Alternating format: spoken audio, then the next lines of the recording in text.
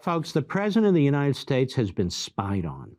Information, false information was provided to the intelligence agencies and federal law enforcement to trigger a criminal investigation, the purpose of which was to take him out.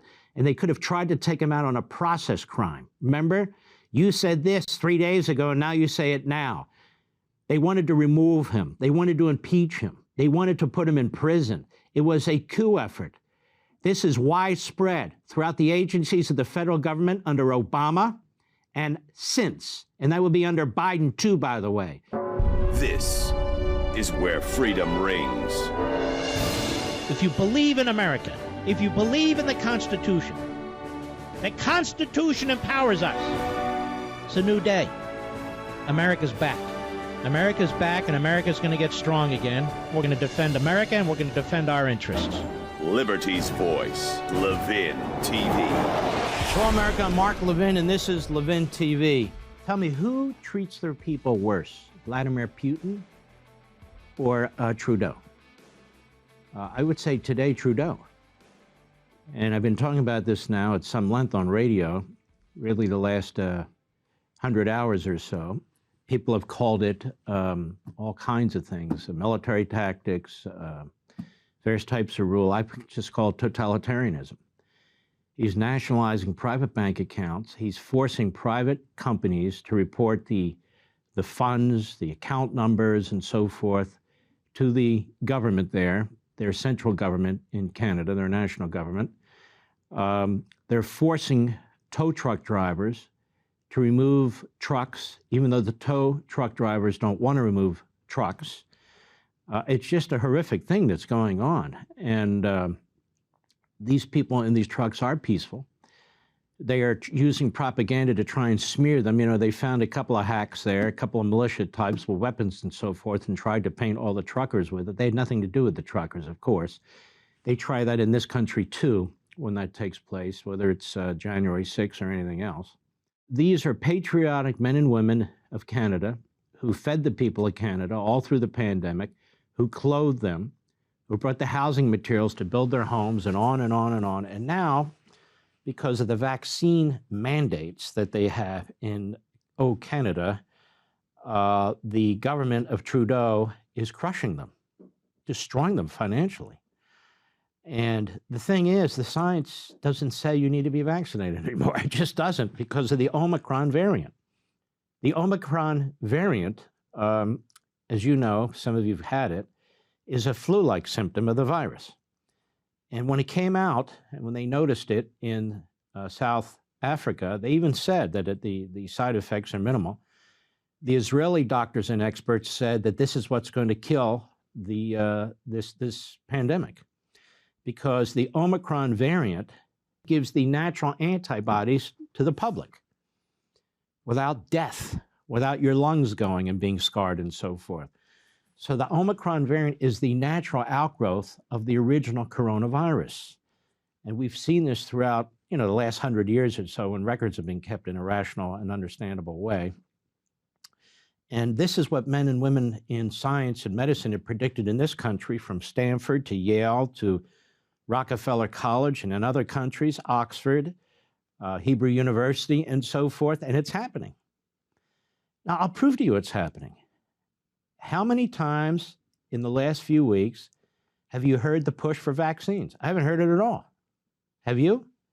How many times has Joe Biden gotten up and now talked about the vaccinated versus the unvaccinated? Not at all. And he tried to use that, of course, to, again, further destroy our country and divide our people. Now a new study comes out from this same outfit in Israel that says, oh, and by the way, natural immunity lasts 27 times longer than the vaccine. Now, folks, I've been vaccinated. I've told you. I got the booster, and I got the virus. I'm Superman, according to everybody, right? I've got the antibody. I've got the virus. I've got the vaccine more than once. We got the monoclonal immediately after I had the virus. That really worked well. So the federal government does what? They ban it. Because why? Because Ron DeSantis of Florida has been pushing it, so they ban it. That's real science. But you don't see the push for vaccinations as you did before. You don't see the death count on the monitors since Biden's been president, but you don't even hear them talk about it anymore because we're coming out of the pandemic, if we're not already out of it at this point. So why are they trying to crush the truckers in Canada? Why are they keeping the mandates in place? They're even lifting them among the American Marxist Democrat mayors in our own country who are more than happy to use totalitarian tactics against their people and against the will of their people. What is going on in Canada? What's going on in Canada is Trudeau is a very weak man, but he figured out that he can use the instrumentalities of government to get what he wants, to force the truckers to bend to his will.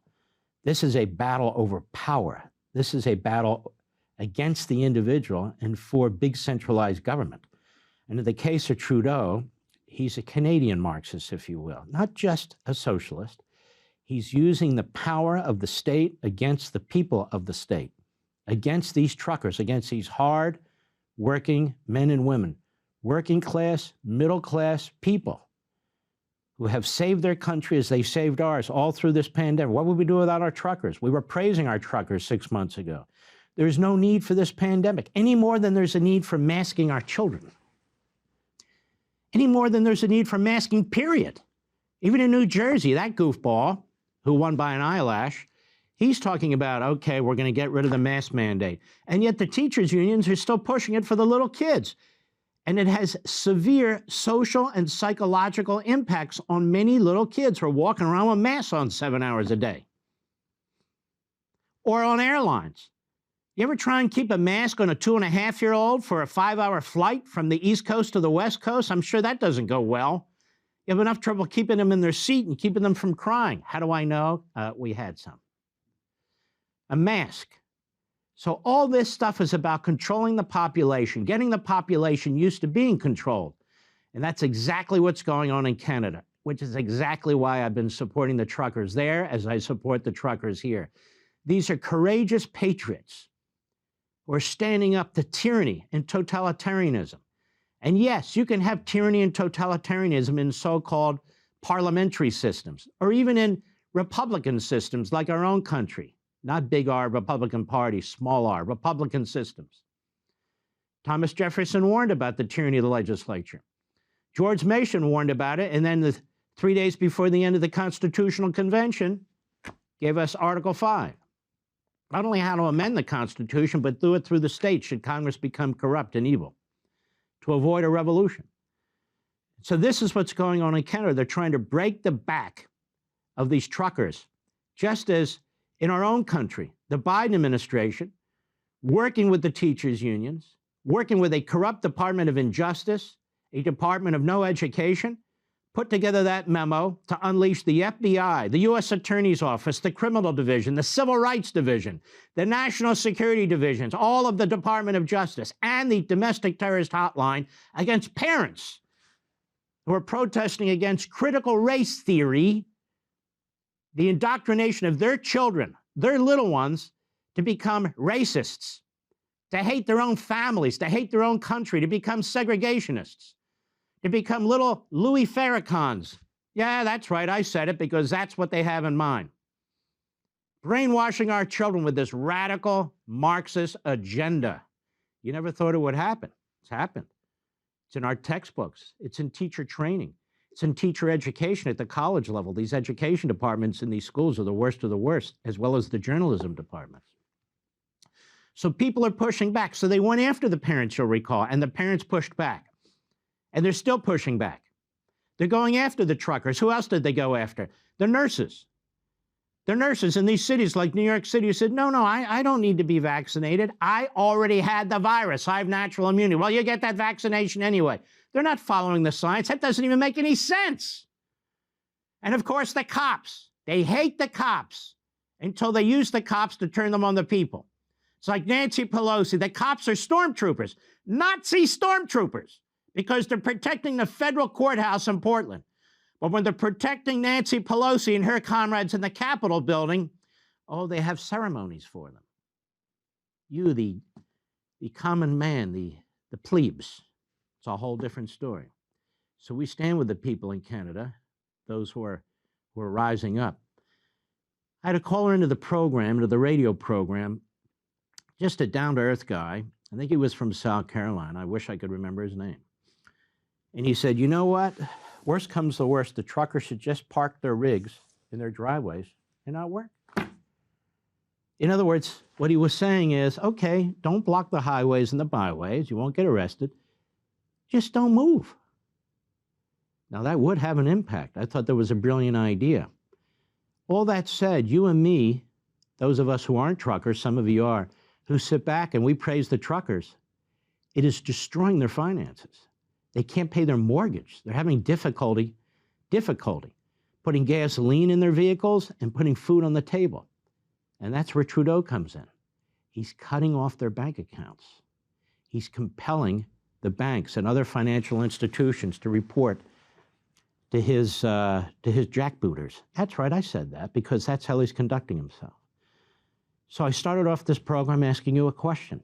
Who treats their people worse? Not the Ukrainians. We know how the Russians treat the country of Ukraine.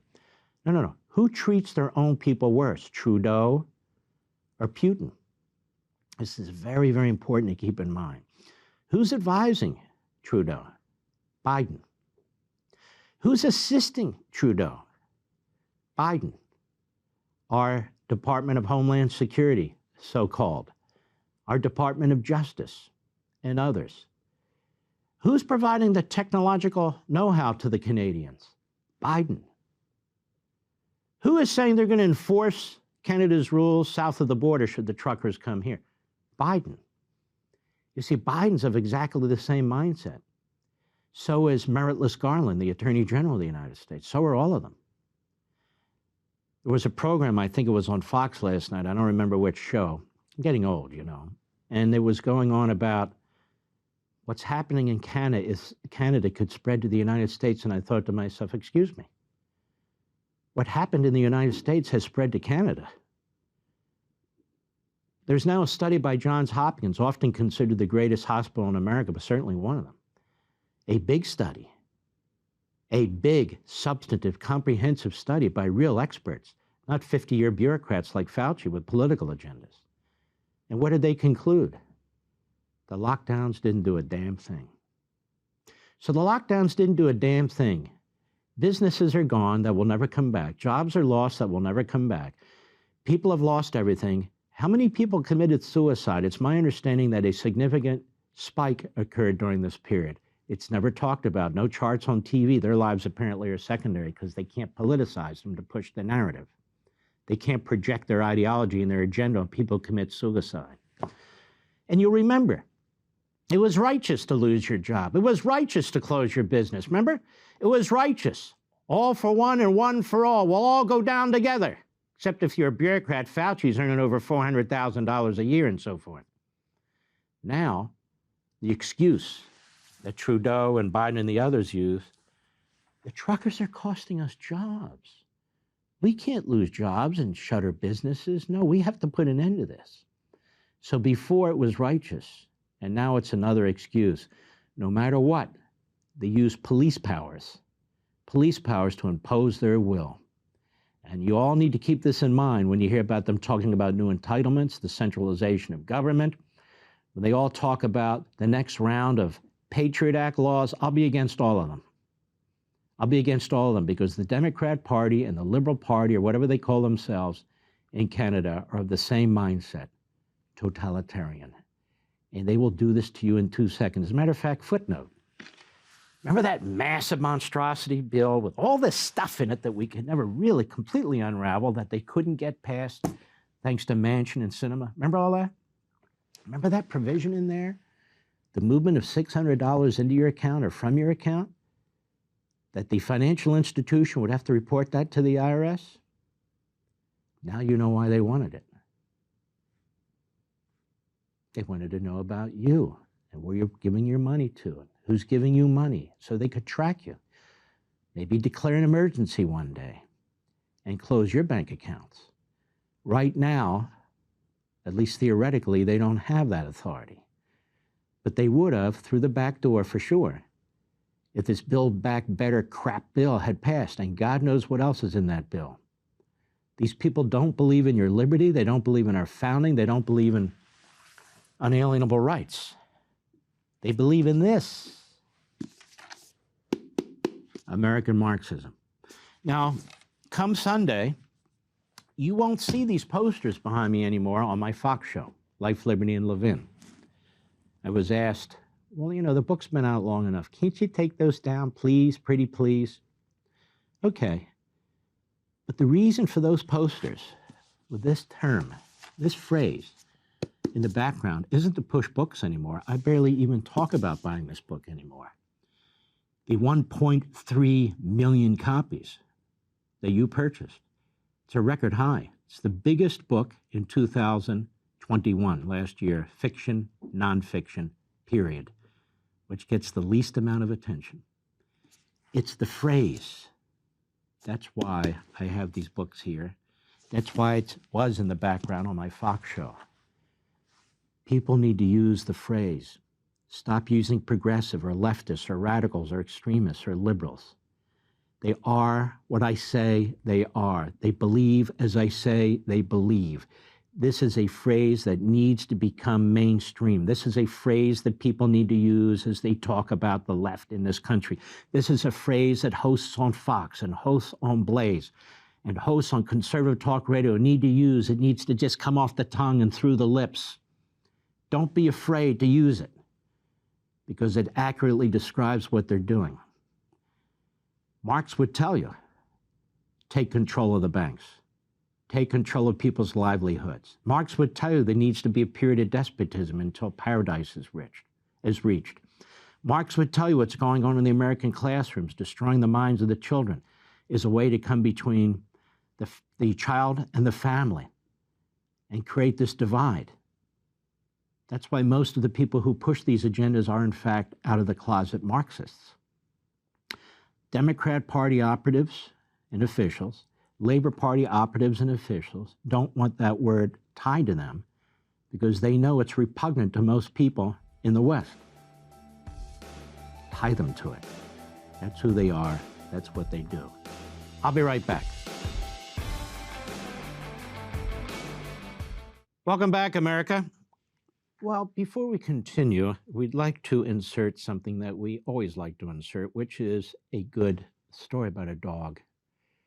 We love dogs here. As a matter of fact, the other night, I got really down. I started to think of all the dogs, this true, that we had, Barney and Pepsi and Sprite and Griffey and on. And it really got me down. I started to look at videos and pictures. I try to do that every few months. I don't know what it is, out of respect, out of love for them, but not every day because it's hard to function when you think that way and feel that way. And then you start to think about my mother and my father and things of that sort. And last week in Florida, I went and visited my mother and father at their gravesite. It was my mother's third-year anniversary of her passing, which was 3 days before her birthday. I think it's very important to have perspective. It's very important to remember your parents and your dogs and other family and so forth who have contributed so mightily to your life. Not to bring you down, even though it can bring you down, because it brings me down from time to time. But it's just the right thing to do. So anyway, that's enough of that. So I want to tell you about the dodo. This is very cool. Let's take a look at this for a few minutes and enjoy it. Go. Can you puppy a hug?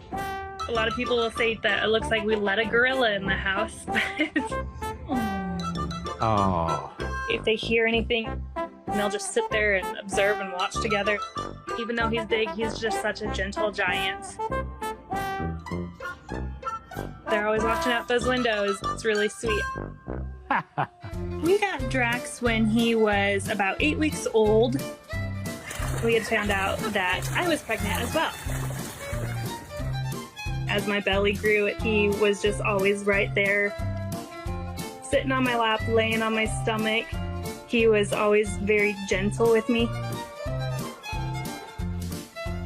We let him observe him from afar.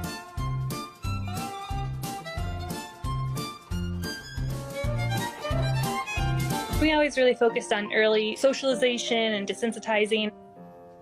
We would have a little playpen with our son in it, and Drax would always be on the outside of it, just watching him. Drax just loved soaking in this little baby. We would try to work on rolling our son over. Drax is rolled over on his back like he's trying to show him how to do it. Every time I had him hanging and jumping in that little jumper, Drax had to be right there. He would always lay at his feet. They just were instantly like little magnets to each other. What is that? Can you say pop, pop? Good job. Drax reached his full size when our kid was about 1, pushing about 125 pounds. That's probably why our son was an early walker. He just wanted to keep up with his puppy. He might look big and intimidating, but he has a complex where he thinks he's just this little tiny lap dog. Our son got a ball pit for his birthday. Every time he's in that ball pit, Drax is over there too. Now look how careful that big dog is with that little baby. Just look how careful. It's so beautiful. Go ahead. Some of them get destroyed, but it's worth it. I don't know who loves the park more.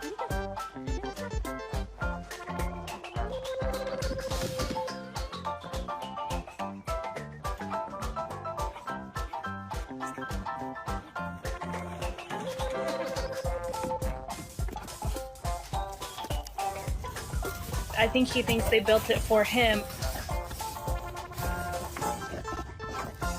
Drax has changed my perspective on how beautiful dogs can be, breaking down those stereotypes. I just think there's so many beautiful aspects that a child can have with a dog. It's just so fun to see them grow up together.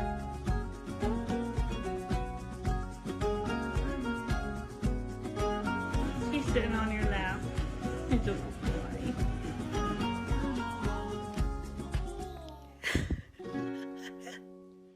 That's beautiful. But it's also why it's hard to lose a dog, to be perfectly honest with you, because their life is so short. I mean, Barney was 20 pounds, give or take. When I adopted him, he was underweight, at 16 and a half, 17 pounds. He had a bad haircut. He was with this wonderful organization, Lost Dog and Cat in Virginia, which is a group I can't talk positively enough about that group. It's terrific. And he'd been there 4.5 weeks. People were going for other dogs and not him. And it's about 6 months after we lost our Pepsi.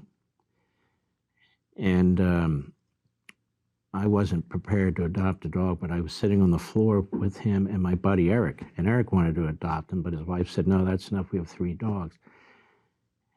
And he would sit in my lap, and you know how dogs smile and their tongues are out. I thought to myself, this dog's really been through the ringer. He's about 2.5 years old. His owner turned him into a county shelter, Stafford County, which is a kill shelter, at least it was then. Lost Dog and Cat swept in, took 7 dogs that day, otherwise they all would have been exterminated. So he obviously knew this owner for 2 or so years. He was house trained. He was happy as could be. And then he's all of a sudden in a county pound, and then he's driven around from event to event on a Saturday and Sunday for 4 weeks in a row. That's 8 events, sometimes more than that total. And I remember calling the head of Lost Dog and Cat. Her name is Pam. She's just an angel.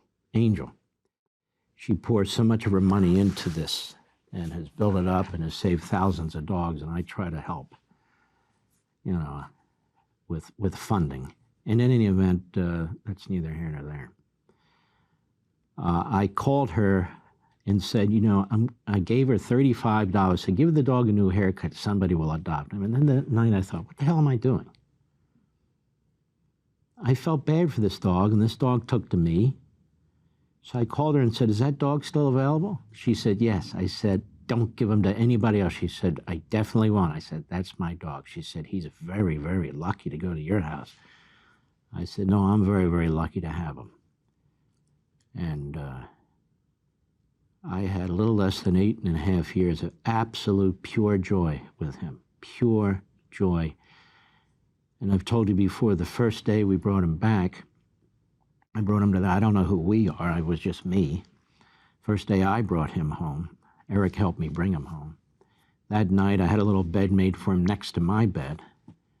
And at night, I go to bed very late, I put him in there and I got on the bed and he jumped on the bed. And I said, "Okay, well, that's where you sleep with me, every night on the bed." And it was a tragedy the way he died. It was a tragedy to lose him. So I just have not been able to jump back in. I don't know. I was able to last time a little bit more quickly, but this time not so quickly. We already have a dog, Marty. Marty's almost 15 years old. I don't think he was supposed to live this long. As a puppy, he had very major surgery on his hips. So certain, I don't know, bones or whatever were removed. So he has some difficulty getting up and walking. So we're hoping the best for Marty, who's really my wife Julie's dog. But I've come to really appreciate him. And for the last 2 years or so of Barney's life, Barney and Marty were together. And when Barney passed away, Marty, you could tell his whole personality changed. I mean, it's back, but it changed for a long time. There's something about dogs. I've always said, whether people think it's controversial or not, the smartest of the dogs, I think they have the brain power of a 2 or 3-year-old human being. I really do. Maybe even more ability to reason. You know, you see these magazine articles from time to time, National Geographic or whatever, telling you studies on dogs. Say that I don't need a study on a dog. I've had dogs, as have you. I know they're a hell of a lot smarter than your average animal. They just are. All right, more when I return. Welcome back. As those of you who have watched me on Levin TV and that listen to me on radio and then on Fox know, I've said for years that candidate Trump and then President Trump was spied on. I didn't make it up. It's not something that I found on a Ouija board somewhere. There were newspaper articles, and I remember reading from time to time on the internet. There was the New York Times and the Washington Post. There was McClatchy. There was another one. So literally about 45 minutes before my radio show on March 3rd, 2017, I started to print them out. I said, what the hell is going on here? They're all touching on FISA warrants. They're all touching on these other things, intelligence agencies. So I put them in an order. We lawyers do that. I call them exhibits to really underscore the point. I don't remember if there were 10, 11, 12 exhibits. That's the amount of time I had to pull them all together. And the New York Times piece, in the headline, it even talked about wiretapping. And in the article, it talked about wiretapping. Their word, they've since broomed it. They've since scrubbed it because they don't want to take responsibility for what I said about what they said, but they can't. History is history, and we have ways of catching up with them. But anyway, you could tell that there was FISA activity. You could tell that there was an effort to paint Trump with the Russia collusion. These things were being leaked. Some of the information was not that detailed. Some of it may not have been perfectly accurate, but we got the general picture, the fundamentals, which was the Democrat Party and the Obama administration, including the FBI and intelligence agencies, were spying on or eavesdropping on Trump. And Trump world is the way I put it. And you can go on the internet. You can go on my site on Getter or Parler, or just look on YouTube or anywhere. And you will see my appearance a few days later. That was a Thursday. I believe it was that Sunday, right, Mr. Producer, that I appeared on Fox and Friends Sunday with Pete Hegseth, who is a great patriot, who gave me the time to explain what was taking place. And by the way, he'll be with me in part. It's one of the two guests Sunday on Life, Liberty, and Levin to discuss some of this. And now the media are saying, well, what Levin said isn't true. It's not exact. You have Andy McCarthy at National Review downplaying it, Washington Post, New York Times downplaying it. Well, they have to downplay it. The big media have to downplay it because they participated in it. But at the time, they weren't sure what to do. I mean, I'm quoting them. How could I be lying? So they did their usual smear that I'm a conspiracy nut, that I'm quote unquote a right winger, that I didn't know what I'm talking about, which was bizarre to personally attack me when I was quoting them. Now, that said, I'm a big boy. It doesn't matter to me. I went on the offense against them for weeks and weeks and weeks. I can count on 2 fingers the number of people who tried and helped to defend me. That's it. Most of conservative talk radio, most of conservative new media, most of our favorite cable network were silent. Not all, most. They were afraid to get into this. I wasn't afraid. I put the brass knuckles on. I smelled a rat. As somebody who worked in the Justice Department at the highest levels, I knew something was going on with the FBI, with FISA, in the intelligence agencies, and I also knew Obama had to know some of it, if not most of it. He certainly knew what I knew, because I got it from the newspapers. So all you had to do is read the newspapers, and I know they get twice daily a compilation of newspaper articles that are relevant to what's taking place. And I also know the Attorney General of the United States and the FBI director will alert a president if they're involved in an investigation that has potentially significant impact. Okay, if you're investigating the candidate of the other party and you're accusing him of Russian collusion and selling out the country, President, I am sure, was briefed. I'm just telling you that. Now, let's listen to the latest. This is the icing on the cake that was taking place. And we're going to go, of all places, to MSLSD and Nika Brzezinski. Go. 28 past the hour. Now to the latest court filing from John Durham, the special counsel appointed under the Trump administration to investigate the origins of the FBI probe. Why does Joe Scarborough look like he has hemorrhoids or something? He keeps moving around. Just so you folks know, I'm doing this program from the great free state of Florida. Free state, even, of Florida. And from a location I choose not to give you all the details about.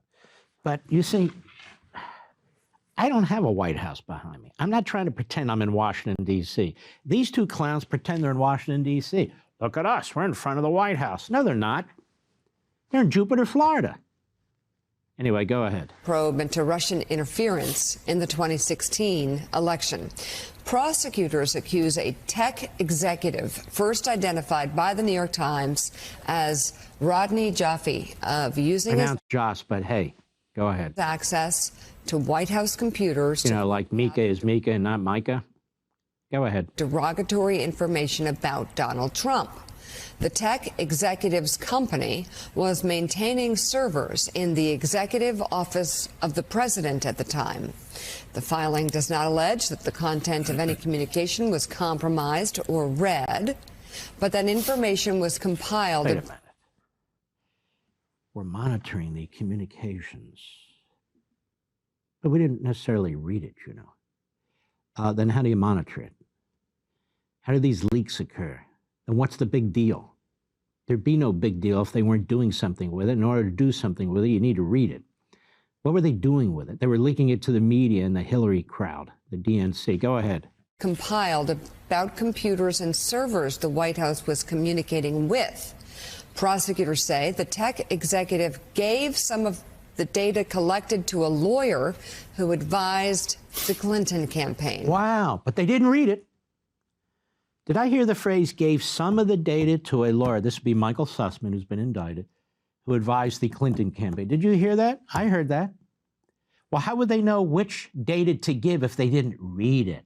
Nobody's saying they read it or actually did anything. You ever heard anything like this in your life?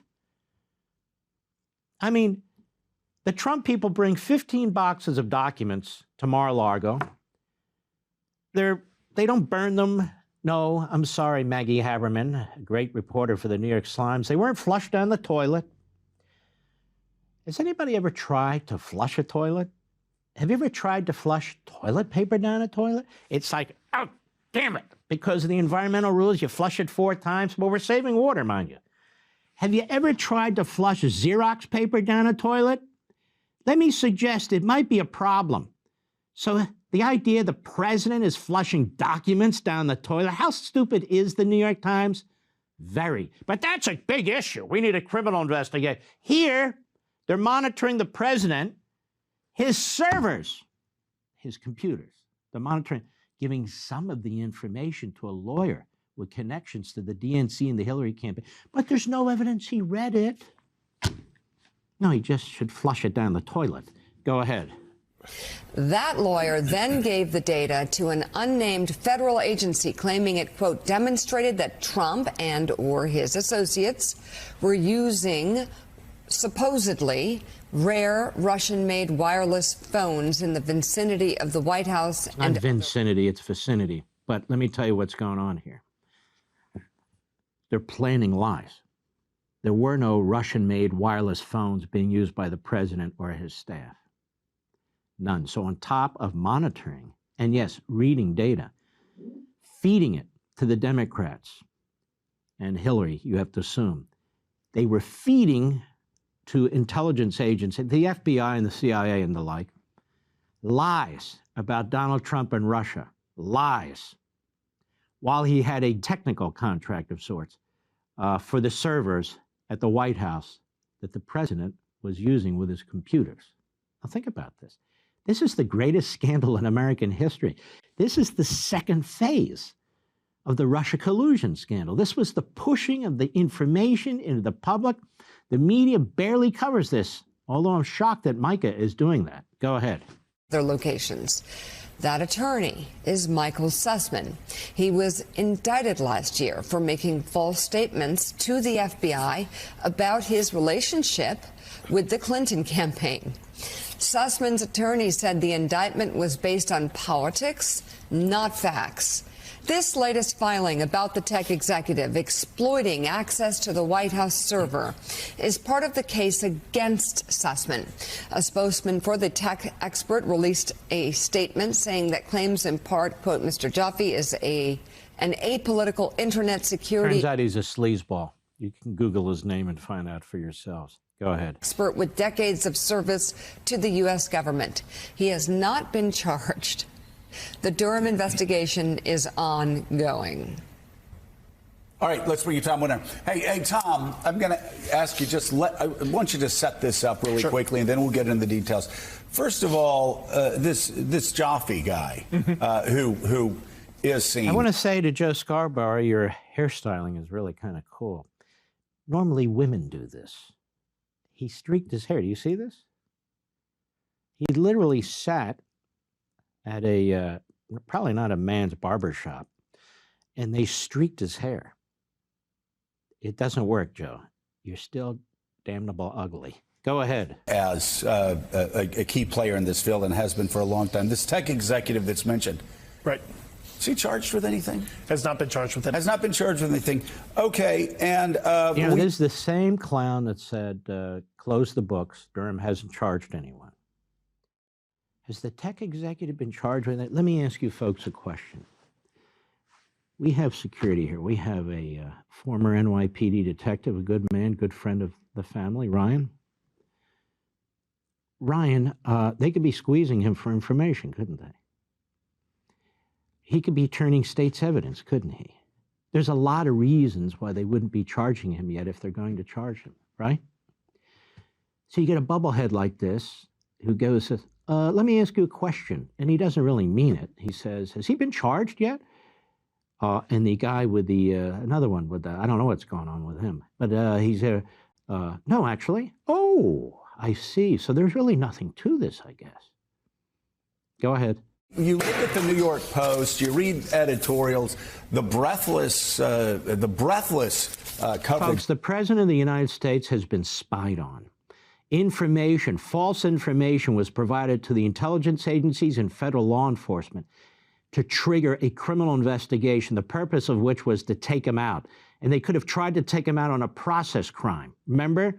You said this 3 days ago, and now you say it now.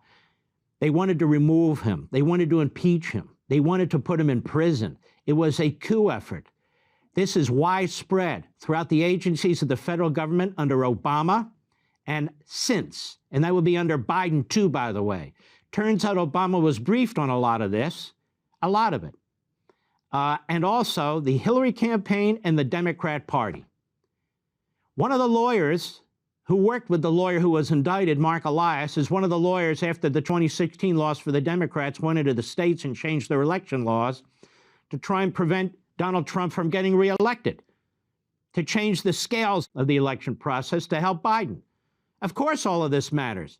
So when you have this clown, Joe Scarborough here, trying to downplay it, does an enormous disservice to the American people. Go. Yesterday, the op-ed. Shut up, you idiot. We'll be right back. Welcome back, America. Well, one of the reasons the press are downplaying this, the reasons they downplayed Hunter Biden, the reason they have downplayed so many real and serious stories, they downplay what's going on the border, is because they're part of the mob here. This is their ideology that they're pressing. They want Trump taken out, and their criticism of Biden is surface deep. It's not consistent. It's not persistent. It's not intended to cripple him. It's just intended from time to time to say, well, look, we're real reporters. We ask questions. And some of our friends take the bait and say, look at this. The media's turning on Biden. No, they're not. They promoted Biden. They're not turning on Biden, but they also promoted the spying on Trump. And they also promoted Russia collusion. They also promoted Adam Schiff and the impeachment. They also promoted Mueller. Oh, he's got secret indictments he's sitting on there. And the whole garbage can. They promoted all of it. Media Research Center, as usual, did a tremendous job of compiling some of the worst promotions of the Russian collusion hoax in 2019. Go. Mr. President, yes or no? Have you, or are you now, have you ever worked for Russia? Yes I never worked for Russia. And you know that answer better than anybody. I never worked for Russia. Not only did I never work for Russia, I think it's a disgrace that you even asked that question, because it's a whole big fat hoax.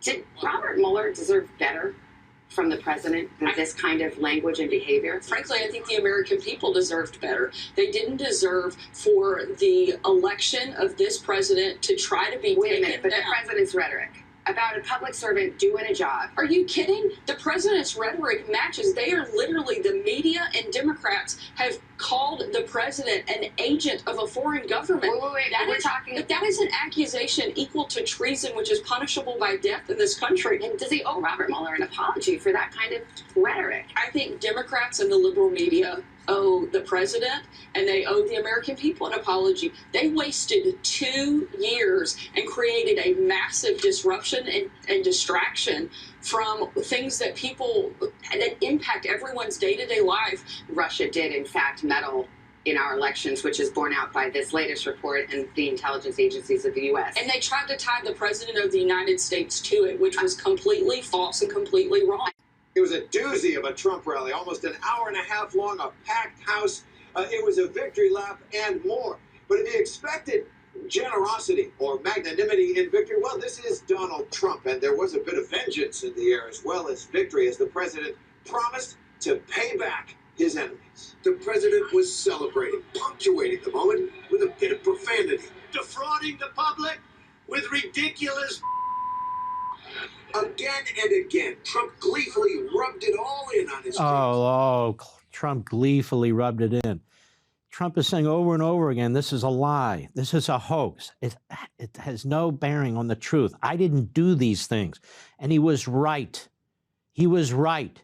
But look how the media treat him. These disgusting punks dressed up as journalists. They're not journalists. They're hacks. Go ahead. President Trump told rally crowds he never conspired or colluded with Russians, and boy, did those crowds believe it. Last night in Michigan, he acted as if the Attorney General's summary of that underlying report was essentially his good housekeeping seal of proof. For a president who loves to tell the nation and the world he's always right, President Trump relished his first campaign rally after the completion of the Russia investigation. It was a profane victory lap. Without having seen the Mueller report, Mr. Trump acted as if he had nothing to fear, even though the report... Is this reporting, folks, or propaganda? Is this reporting or propaganda? Will any of these phony reporters now come out and say they were wrong or straighten this out? Of course not. This is a so-called business where there's no accountability. And why would there be? Look at Zucker, cheated on his wife, had a long-term affair, blah, blah, blah. Look at Comcast. They own NBC and MSNBC. Look at the reprobates on MSNBC.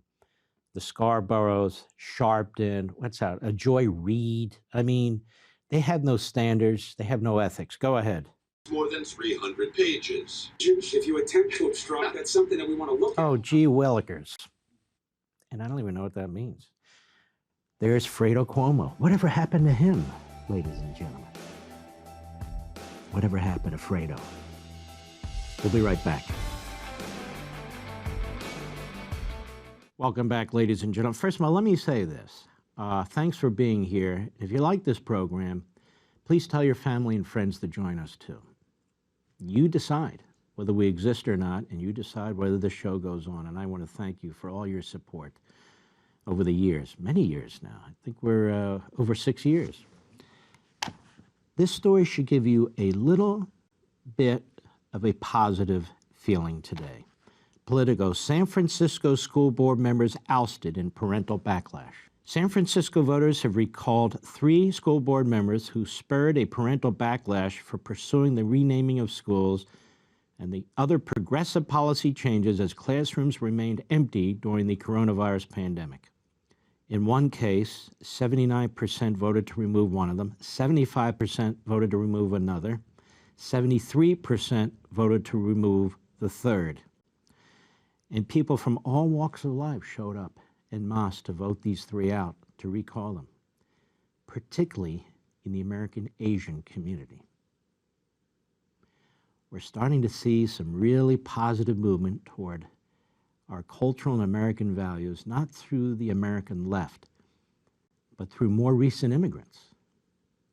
54% of Hispanics who voted last November in Virginia voted for Glenn Youngkin and that lineup, the Republicans, because they had enough what's going on in the schools.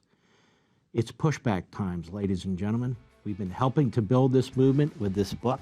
Ooh, don't talk about it. Put it in a brown paper bag and carry it around, but don't show the title. We're on to something. Keep at it. I'll see you next time on Levin TV.